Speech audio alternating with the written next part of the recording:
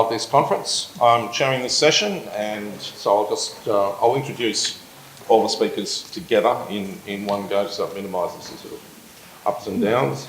John Cleary, just to my right in the middle here, is a veteran ABC broadcaster, one of Australia's best known commentators on religion. He was an ABC staff rep, although not in recent times, and in his 30-year career with the ABC, he's worked extensively in radio and TV, perhaps best known for Sunday nights on ABC local radio and the Religion Report, Compass Team in the original Compass Team on ABC TV, philosophy program called Meridian on Radio National, even Triple J, John. So I was a mere child. For your street cred. His 1992 book on the Salvation Army was awarded Christian Book of the Year in that year. John was host of the interfaith event held by the Catholic Church in conjunction with World Youth Day and the visit of Pope Benedict XVI. So he's been entrusted with many religious and interreligious kind of conferences, and these days is in demand as a conference moderator, and we use him quite a bit at RAS.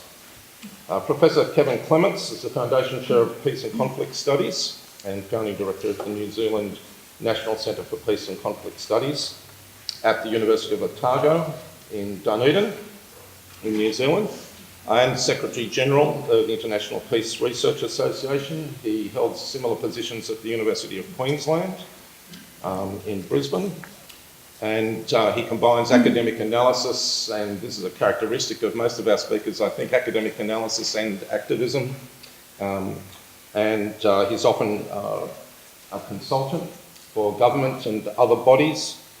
And in the wake of the Christchurch tragedy, he's been very busy in the wake of that, and we'll no doubt hear something about that, and also the kind of re-traumatising he was saying with regards to Sri Lanka. It's a kind of rolling trauma that goes on in relationship to these events. Associate Professor Ariel Salleh is an Associate Professor at the University of Sydney. That's in political economy. Visiting Professor in Culture, Philosophy and Environment at the Nelson Mandela University in South Africa. Senior Fellow in Post-Growth Societies at the Friedrich Schiller University in Jena in Germany, in what was East Germany. Am I right on that? She had a key role in the founding of the Greens, in anti-nuclear protest movements, and I just read a great article in Arena magazine on water, which was wonderful. So I'm going to hand over to John now.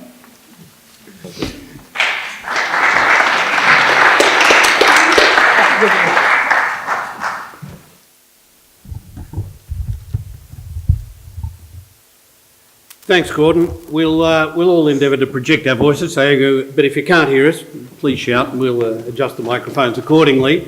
My role here is really, as much as yours, is to help facilitate a discussion in which each of our guests will speak for a few moments about their perspective on the issues that confront us, and then I'll interrogate with a few questions, hope pull the discussion a bit forward, and there may be a little time at the end, if we've got time for that, for me to take some questions from you that may be directed to Ariel or Kevin.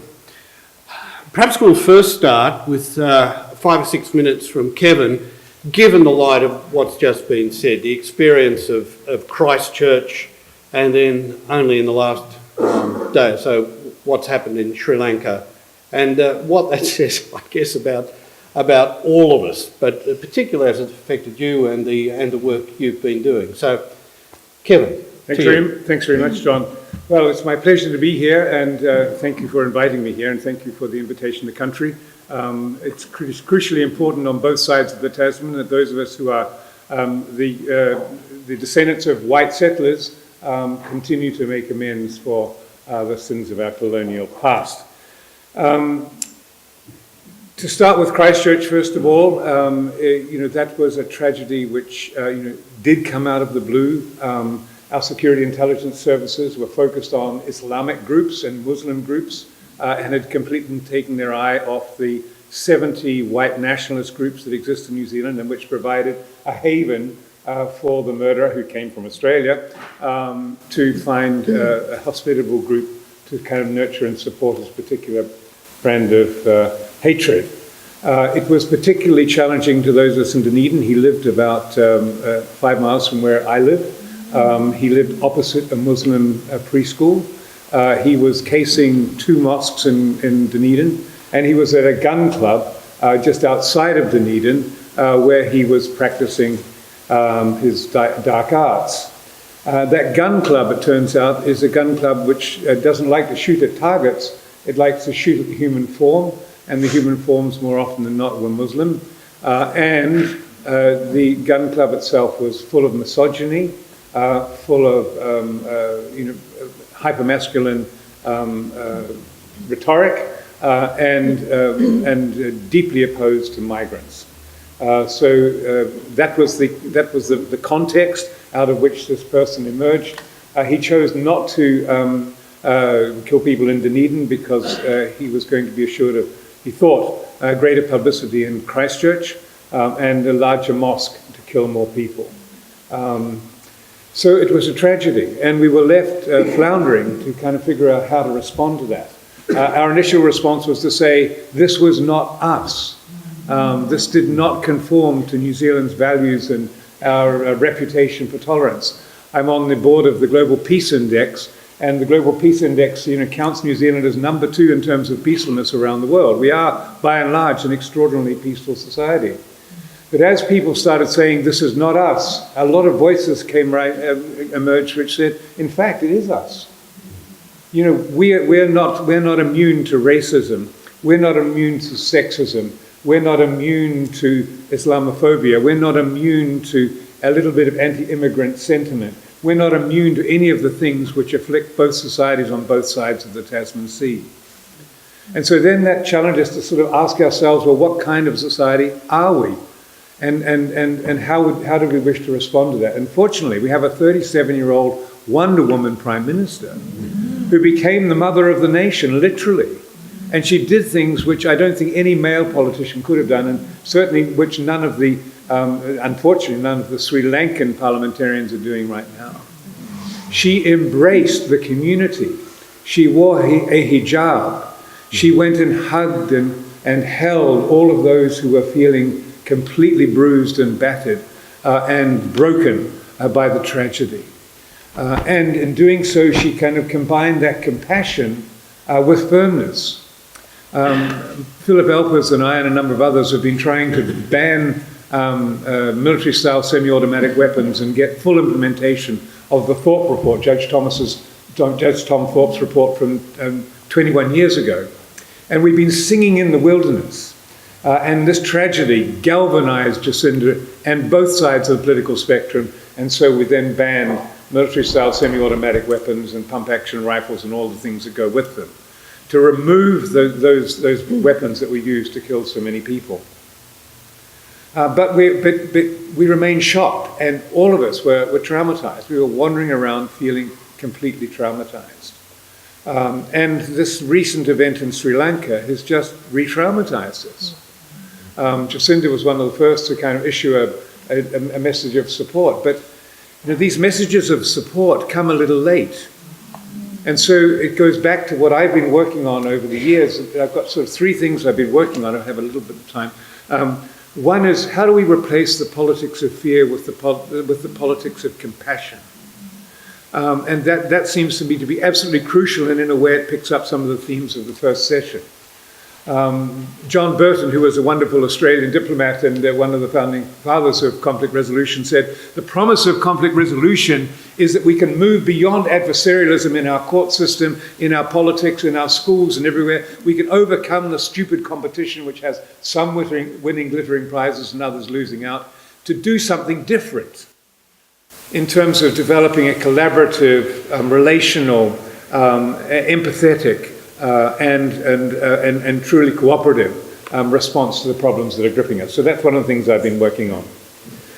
Related to that has to be, is the necessity for a new kind of politics. We've got to move away from dominatory politics, from power over others to power with others, in order to enhance that collaborative sentiment.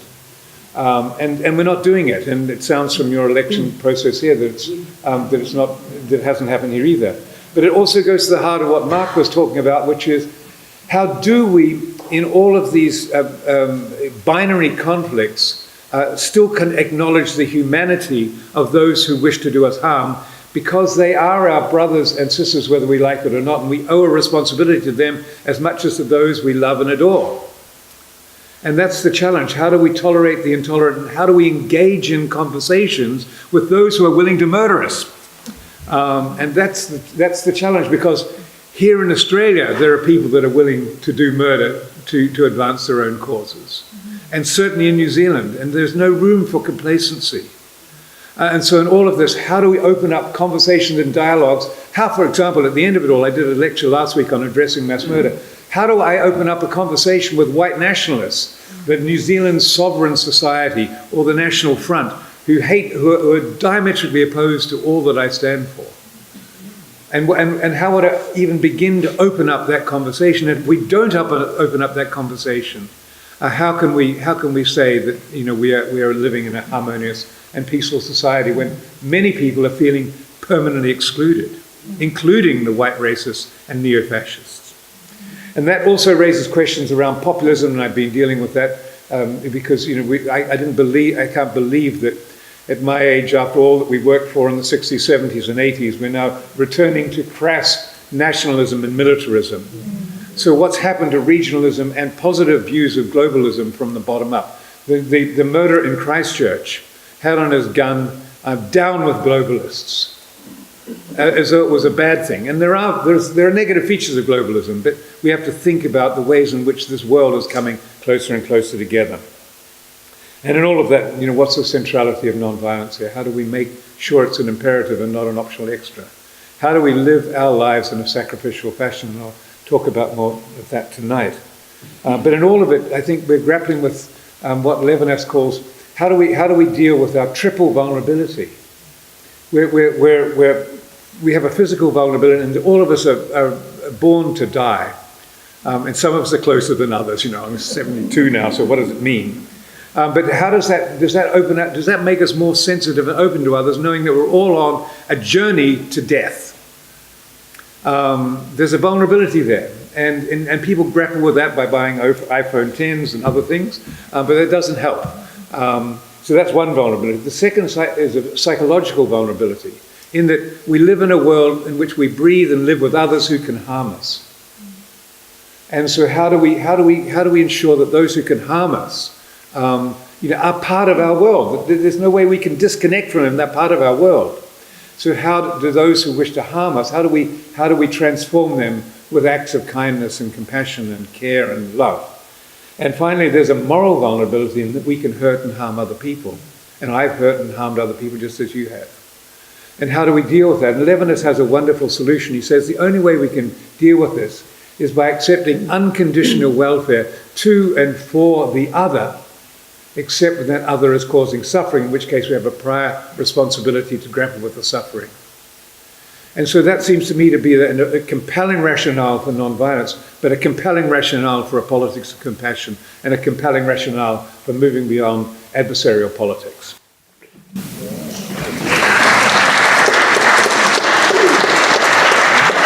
Kevin, thank you very much for that. We'll pick up the threads of that and be prepared in your own minds. There may be questions that occur to you. I'll have to pick some of those up. Ariel, you and I haven't been through the experience that Kevin has in quite so visceral and immediate manner, but you've been working in these areas for years and years, particularly, I think, over recent years, the connection between feminist insights and the environment, and as they apply to these. Now, you've obviously got a few thoughts you want to share with us, so perhaps for the next 6 or 7 minutes. Okay, thank you. Yes, Kevin emphasises the need for ethical change at the level of the individual, psychological identity. I want to complement that by pointing out how important it is to see our individual identities embedded in social structures. Social structures.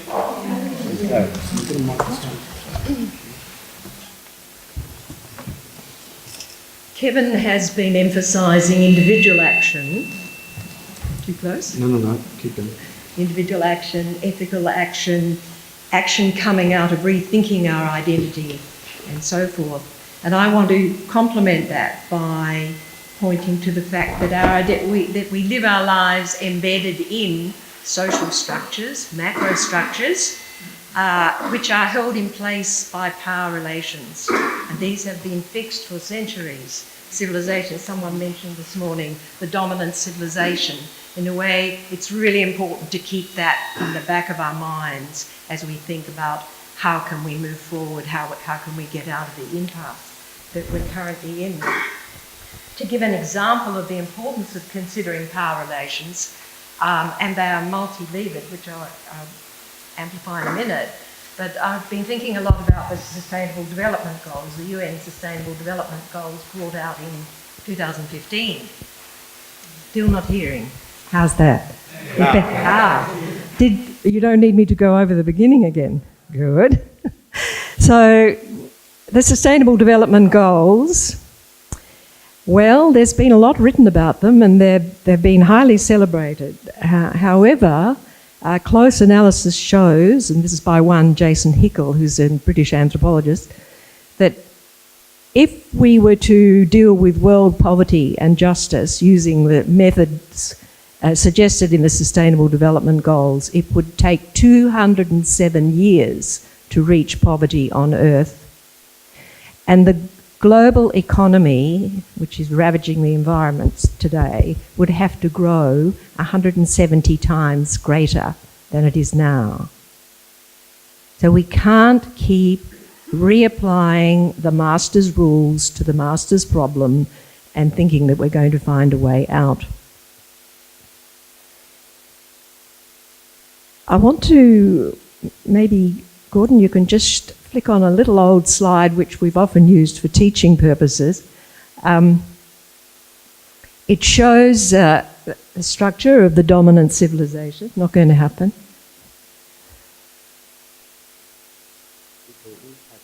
Have faith.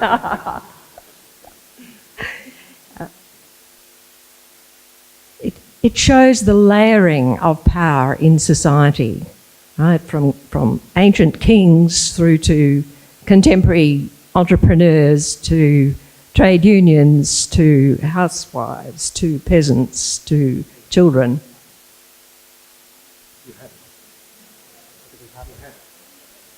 The triangle. Okay. So we know where this comes from. It's a sort of misconstrual of biblical messages, I guess. But what's so useful about this is that it shows that power ramifies through all levels of society and all levels of the ecosystem. Different strains of power. There's colonial power, there's capitalist power, and there's patriarchal power. And I could say there's anthropocentric power over nature as well. And so you see them spilling out one over another. And this is like an X-ray, if you like, of the capitalist imaginary that we live in, the ideology. And we all carry it within ourselves in everyday life. Actions we take, who we seek next to who else, who gets priority in policy decisions and whatnot. So it's really important to have the big picture in mind when we are taking individual actions, ethical actions, and to make sure that those ethical actions are actually addressing the power relations which is structuring the situation we're in.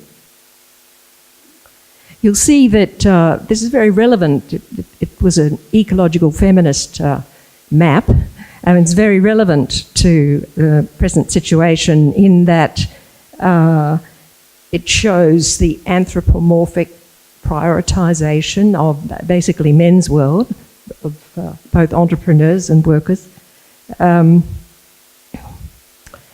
world that achieved full recognition as humanity, was said to operate by the laws of reason, is essentially involved with production, and of course the current fetish with economics as being the be-all and end-all of everyday life is a manifestation of that. And below that line, the line of othering, dissociation, you had the rest of living beings, roughly in the order of colonisation, peasants, indigenes, and then the patriarchal comes in with mothers and housewives, then youth, children, animals, and then, of course, the ecosystem. So this is basically, there is othering going on at every stage in this map. And othering is the thing, of course, that we are going to have to cope with, but we need to be reflexive about it. We need to be able to recognise where are we in this system of power, and how do we gain from it, what do we lose from it, and to be honest about that in formulating our ethical actions. So I think my key thoughts are mastery, the capitalist imaginary, the patriarchal imaginary, processes of othering, and of course we see the social movements. My main interest as an academic and an activist has to be to find a common denominator between workers, Indigenous women and ecological struggles, to find a meeting place. Of course, our Indigenous brothers and sisters know already the meeting place is in the ecosystem. It's in Mother Nature. But for us, there's a lot of tangled fences to climb over before we get to that realisation. So you see the movements unfolding there, colonial, capitalist, colonial, patriarchal and ecological. I'll come back after and talk about what is buoying me up at the moment about the incredible shift in this mindset that I think we're starting to see around the world. Well, before we move on to a shift in that mindset, which I think is the sort of optimistic end of this, Kevin, do you have an initial response to what's been outlined there by Ariel in her sort of outline structure for us?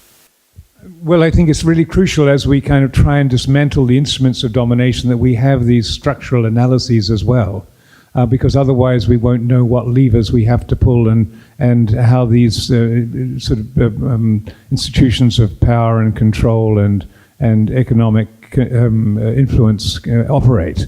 So I think it's really crucial that we have the structural analysis to combine with our individual consciousness. I mean, my anxiety at the moment, and I should be focusing on positives rather than anxieties, but my anxiety at the moment is that, and this is something that Joe's going to be talking about on another occasion, but my anxiety at the moment is that we're being anesthetized by cyberspace, by the way in which we're connected to each other through the internet and elsewhere. And that's creating passive actors in response to these sorts of big issues. And so for me, there's a big question about how do we emancipate ourselves from the slavery and fetishism of being cyber proletarians in this new world, so that we can actually do something that is kind of truly liberating for all of us. We're standing in the middle of the beginnings of an election campaign in Australia.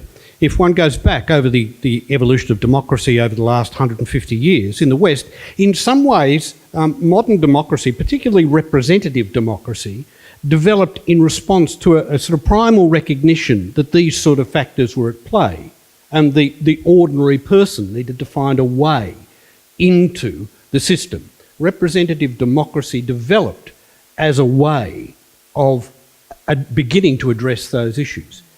Yet we seem now to be at a moment where populism is saying, no, representative democracy has failed us. Now, you're somebody who's spent your life addressing the way in which we come to this. What's your reflection on the situation we are at the moment, Ariel? Just like a quick one on Kevin, just in terms of it's not only fascination and being hypnotised by the new technologies, but there are powerful economic forces which, for example, Google at the moment has put forward a proposal to render the south side of Toronto as a smart city.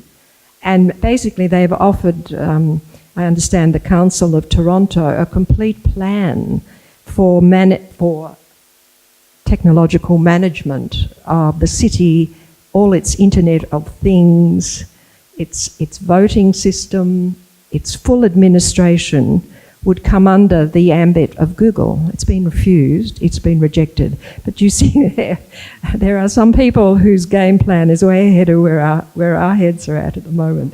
Now, about representative democracy, did you want to come in? In that regard, Jacinda Ardern and the government of New Zealand called Mark Zuckerberg and others, asked them why it took so long to take down the live video of the murders. And Mark Zuckerberg's response was, she didn't really understand our business model. Seriously, he said, most of the time this is being used to live broadcast birthday parties. You know, and so even the simple request to put a time lag in on live videoing of something as bad as murder or whatever it might be was a stretch too far for Mark Zuckerberg. And it's essentially patriarchal, because what's being said is that the production sector here is the only sector which carries any weight, and the politicians have to come into line there. And in terms of the question about representative democracy, it's only been very recent that representative democracy reached below the line. It was designed first for men of property, then gradually working men got a vote. And, you know, it's relatively recent that women were allowed to participate, and we still don't have proper representation for Indigenous peoples. And, Yes, and I guess what I'm well. asking, if I can push it a bit further, Yeah. is are you optimistic about the processes that we have at the moment, given the conditions are changing? Yeah. No, So I'm we- not. No, it's mine. I haven't. It's not all doom and gloom. I'm very excited. The political processes we have, I think, are in for a complete shake-up. I think the election of the comedian as the president of the Ukraine, people have spoken. And but just to look at last week, the 15th of April and the 17th of April, 4 developments occurred in 4 different cities around the world, which were absolutely thrilling. And they dealt one by one with these key movements behind. The first one I got in a letter from, I don't have a television set or any of that stuff, but I do have an email, being the job that I do. Montpellier, where the Gilets jaunes, who, when they're written about by people who are active, good people who are active, aware people who are active in that movement, you get a very different image than you do through the French media or even the mainstream global media. And basically they're simply asking for a social wage and to restore the health and welfare conditions which we, in our time, in my youth, took for granted. So it's very reasonable what the Gilets jaunes are doing. But they have established remarkable presence. I think it's something like a membership of 300,000, and they are not backing down to Macron. On the same day, in Harare, you had the Global Peasant Union, Via Campesina, which has representatives in Brazil and Spain and Indonesia, demanding a document for the recognition of the international rights of peasants in terms of their land rights, in terms of not being forced to buy corporate seeds and pesticides and other green revolution technologies. A day later in Toronto, you had the mothers and feminists looking at the gift economy, which they suggest is the quintessential feminist contribution, the quintessential contribution that women can make to fashioning a new society and a new way of provisioning. The logic of caregiving, which mothers do, essentially amplifies the logic of the kind of economy that we want. It's not generating surplus value. It's not generating profits. It's generating love, basically, and repair and peace, and is essentially about holding rather than othering. And then the last one, of course, is really John's, because I know he's very excited about this, so I'm going to let you talk about that. But it was the Extinction Rebellion in London, and I mean, these 4 amazing alternative movements came together in a matter of 2 days last week. So George, no, I want you to do it. Oh, all right, okay.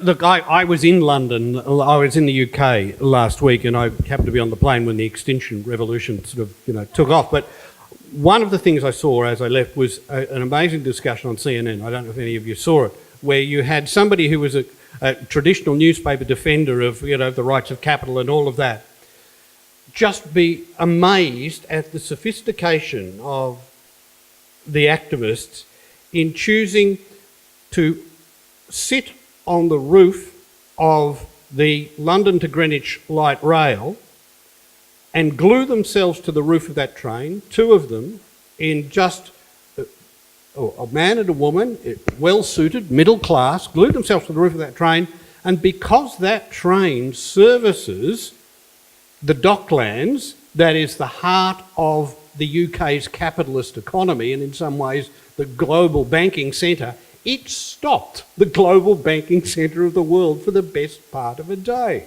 And even though he was a sort of supporter of the big end of town, he couldn't help but admire the skill and insight in that simple act and how powerful it was that 2 people could bring the world's banking centre to a close because they stopped everybody getting to work in the East End of London. So that was my observation about some of the things that I can be optimistic. Now, I heard a shout of no from this side of the room.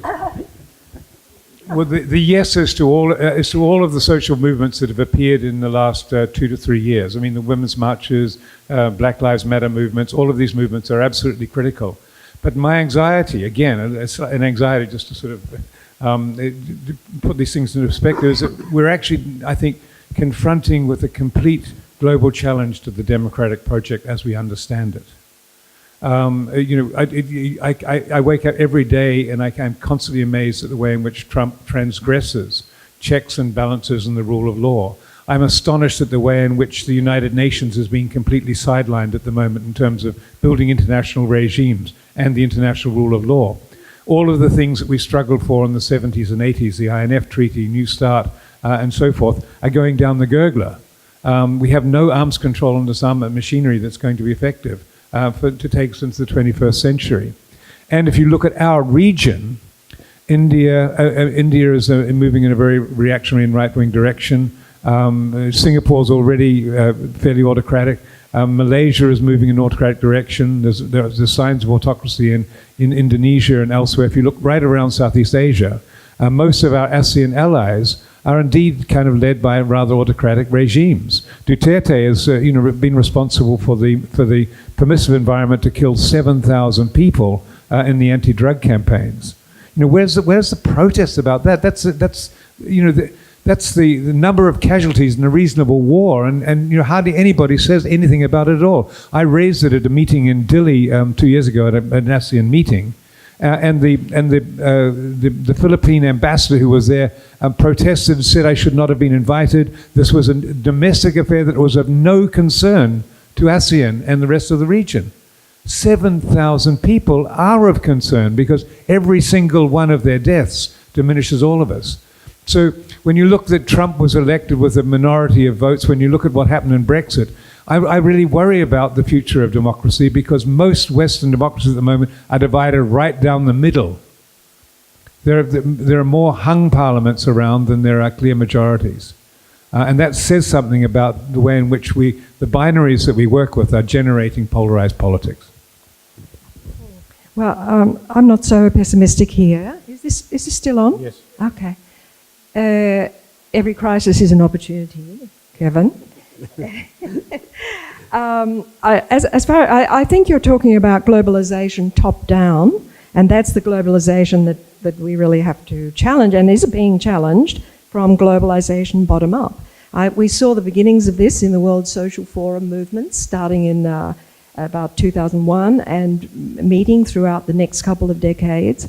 And now it's pushing further with groups like, I'm involved with a group based in Hong Kong, which is called Global Sustainability University, which draws on academics and activists from every continent. And they're currently meeting again in June to nut out alternatives. And they have some very good mainland China contributors in terms of alternative thinking, I might add there. And another group which is working very well on this is the Global Confluence of Alternatives, where people, such as some colleagues of mine, we've just put a book, I'll do a quick plug here, called Pluriverse, so not universe, but pluriverse, with 100 visions of alternative ways of organising our economies and our societies and our family relations and so forth. And drawn from every conceivable culture here. And the general feeling is think small, think bioregional, think eco-sufficiency, self-sufficiency, learn from indigenous models, and grassroots commoning, autonomous communal living. And this trend is very strong in every country in our book. And tomorrow I'll bring a few of these and leave them on the table if some of you might want to pick it up. Because you have models like Ubuntu, meaning mutuality in South African cultures. You have Swaraj, the Gandhian autonomous communal life. And you have, what's another one? There's another one I'm trying to think of. Buen Vivir coming out, living well. Not living rich, living well, coming out of the Andean cultures. And all of these are modelling alternatives which give us our democracy back. If we're looking at modelling those alternatives, at some point, though, there has to be a link between, take the sort of current activism in London, for example, or Get Up in Australia, a link between those young people who are out there saying, yes, there is something wrong, we want to change it, and many of these groups who have been thinking about this stuff for years. So you have those two groups. Then you have the political process over to one side, which seems to be captive to something else entirely. We've got to get the young and the old talking to each other, if you like, and also some way of influencing the political process. Now, Kevin, you seem to be a bit pessimistic about that. No, not at all. No, I'm an optimist. I'm sorry if I've seemed to kind of plunge everyone in the depths of despair. There is a sort of a new inclusive project emerging as well, which is trying to work out ways in which, in terms of countries that are deeply divided and conflict-prone, you can begin to get agreements at the horizontal level between political groupings at that sort of elite level. And then at the horizontal level, how do you get inclusion between civil society actors, social movements and others, and government and political leaders? And within all of that, how can you do all of that in a framework of human rights and justice for all? And so it seems to me that we've really got to begin thinking much smarter about the ways in which we can develop a new kind of politics which overcomes the current paralysis that we see afflicting many Western democracies, which provides a much greater space for civil society. One of the places which I think we should be focusing attention on right now is the Sudan. They've had a non-violent movement there for the last 3 weeks, which has toppled the odious regime of Bashar, toppled the next best alternative, which was equally odious, and now beginning to think in terms of a military civilian government. And the protesters standing firm and saying, no, we want to have a civilian government. So there are all sorts of things which give us hope. But my anxiety is, how do we link these together? How do we link all of the diverse movements which are reactive and resisting different kinds of oppression and control, so that we can really begin thinking, in terms of national emancipation of positive social forces and global emancipation of the same forces. Well, I think it's already happening in the confluence of alternatives. And I think people are thinking in terms of a federation, a grassroots, bottom-up globalization, which is gradually federating with alternatives, material alternatives. So the state, forget it, you know. This is, yeah. There is one issue, of course. Ultimately, you can't forget it, though. Well, it's doing a good job dissolving itself, isn't it, really? I think this is one of the biggest challenges that we're facing. I keep on asking myself, since I was a post-war baby boomer, I kept on asking myself, how did it happen in the 1930s that a country as civilized and as advanced as Germany could elect a neo-fascist and generate the Holocaust? And I look at what's happening round about, and I can see exactly how it's happening. And one of the big challenges facing progressive movements is, how do we really begin naming what this populism in the States and elsewhere is, which is neo-fascist populism? I mean, when Donald Trump gets into a love swoon with Kim Jong-un, you know there's a problem. And when Australia continues to believe there's no, that the alliance is at the heart of your security, that's a problem. We've got to begin thinking of ways in which we can really begin getting out of these institutions and institutional arrangements, which are truly oppressive and truly death dealing, and which will generate, major global conflicts unless we can avoid it. But that forces all of us to ask, well, what is our alternative to the signs of neo-fascism which we see occurring all around us? How do we put in place a truly emancipatory politics? How do we revive democracy? How do we make sure that all of these wonderful movements have a place and are listened and can do their own sort of organizing?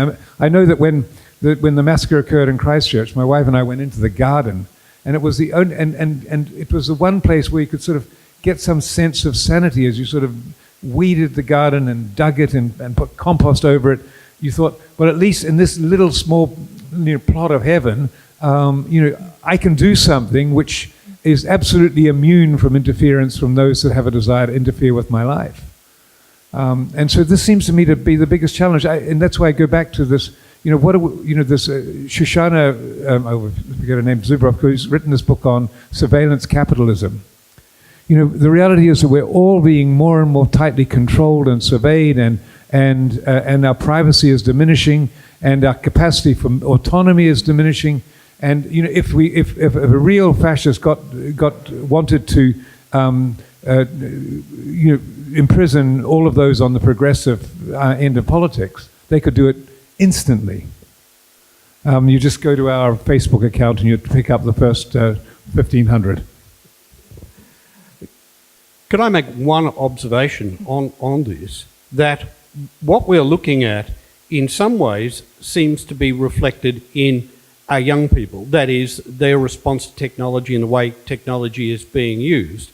Are we looking something at another discussion that has to happen, perhaps not here, but that is the nature of our education systems, whether or not basic civics has just been overlooked for many years. We're now concentrating on STEM.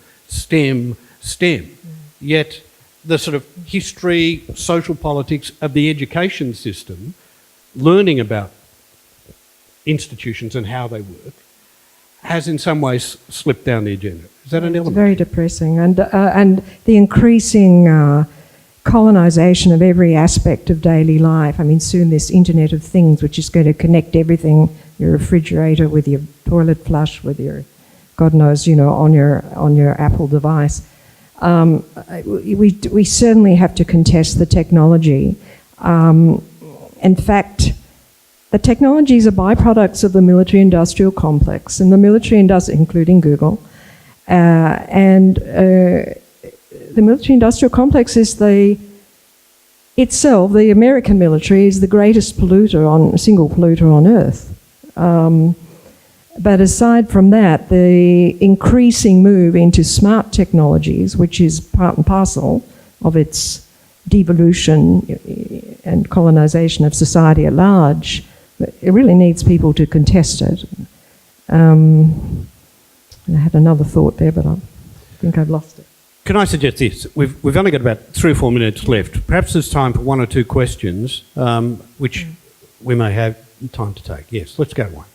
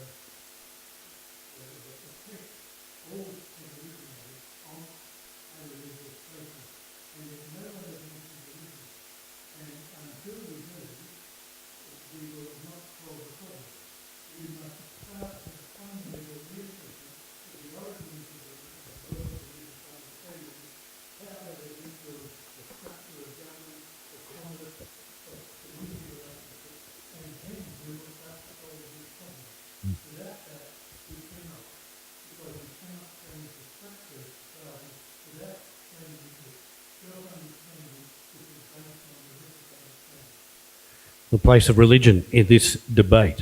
Who wants to go first? Well, I agree with you. I think we have a values crisis at the moment. We don't really appreciate the conventions that tie us together, that they're at the heart of our communities.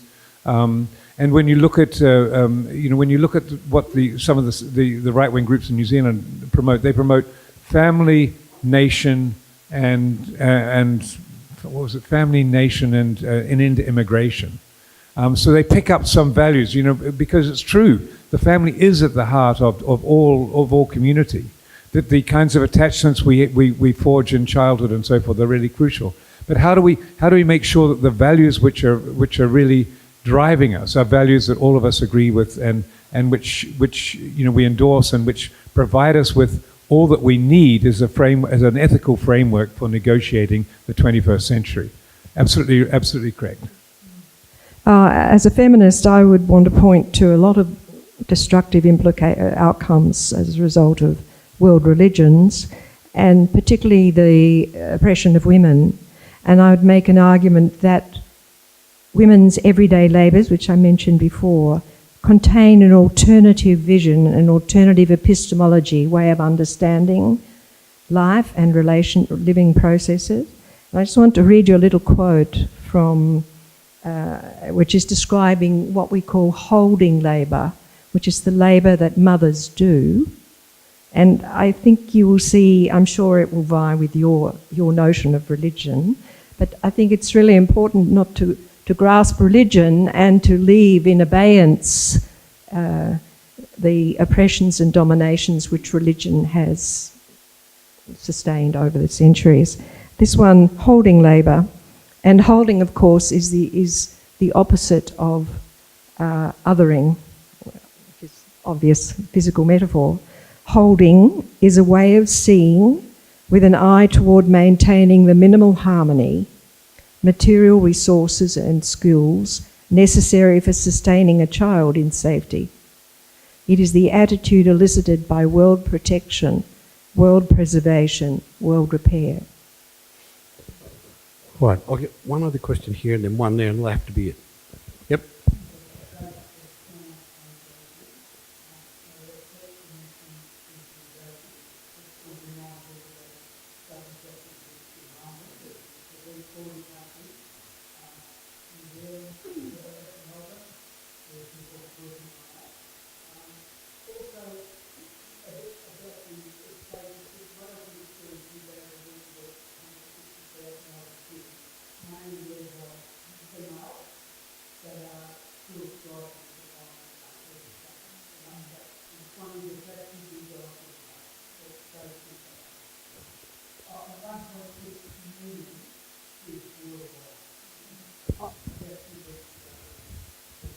What is 1.6 million? Children in the Extinction Rebellion. It would be great at some point in the conference to have a bit of a wrap-up on Extinction Rebellion, if they're, yeah. And I agree with you. I nearly burst into tears on the 15th of March when all the students from high schools around Dunedin came out. They marched through the university. I've never seen, well, I remember that enthusiasm from when I was young, but it was astonishing. They were utterly enthusiastic and had 4 grandchildren that skipped school to join it. But in an instant, that was all negated by the murders in Christchurch. And so don't underestimate the power of Thanatos to overcome the forces of Eros and creativity and constructive activity. And that's why I'm saying I think we really need to be wary of the ways in which, and not at all naive about our ability to transform when we're up against those who are ruthless in their use of power and violence. Absolutely, but I agree with you. That was I literally got a tear in my eye when I saw these kids at age between, the youngest grandchild was sort of 8 up to sort of 15, and feeling that they were out there doing something for their future. Yes, and you're seeing that in the opposition to gun violence in the United States as well with young people. Question here, final question.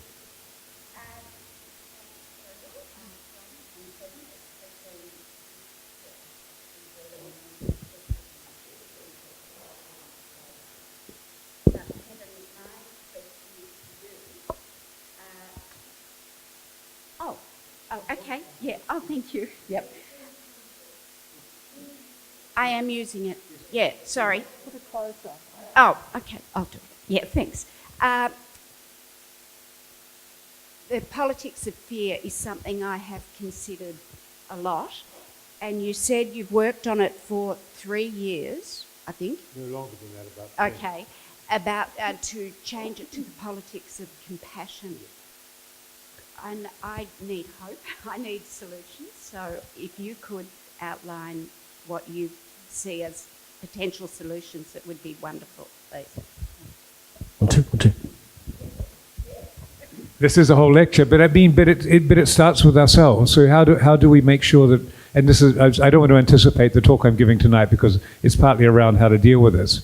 But it does require a lot of courage. I mean, all really transformative non-violence is a willingness to suffer rather than to inflict suffering. And so we need to start with ourselves. That is, it's an extraordinarily courageous act. That if we want to be non-violent and transformative and conquer the politics of fear, that's why we have to be. We have to acknowledge that our mortality is of no consequence. We will die. And it's better to die for a good cause than just die, quietly in our sleep. And the moment you say that, that suddenly emancipates you. Nothing. You can then stand in front of the tanks as the guy did at Tiananmen. You can move to engage those that wish to harm you and not be upset by the way in which they behave towards you. But then we need to begin thinking about rewarding compassionate teachers and compassionate leaders and compassionate judges. We need to start mainstreaming, love and concern and empathy and emotional intelligence into all that we do. We've got to begin thinking about, how do we move beyond adversarial politics? I mean, it was wonderful seeing the National Party, the Labour Party, the New Zealand First Party, the Greens, all agreeing to ban weapons, instantly, because they knew it was the right thing to do. So there's so many different, things that we've got to begin doing, but it's part of this, turning our movement politics into a new kind of party politics. Some might call that response religious. Just before we thank our guests, I'll just spell out the arrangements we need to make now, so that we're basically going straight into the next session. We'll allow, say, 5 minutes for movement and that. So session A, panel A, that will be Foundations of Just and Ecologically Sustainable Peace, with Joe Camilleri, Anthony Rees and Zulaya Keskin. That will be here. And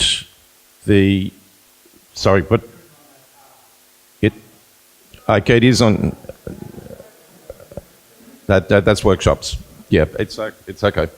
And panel B, and you basically just go straight out and it's opposite. It's rooms G1 and 2.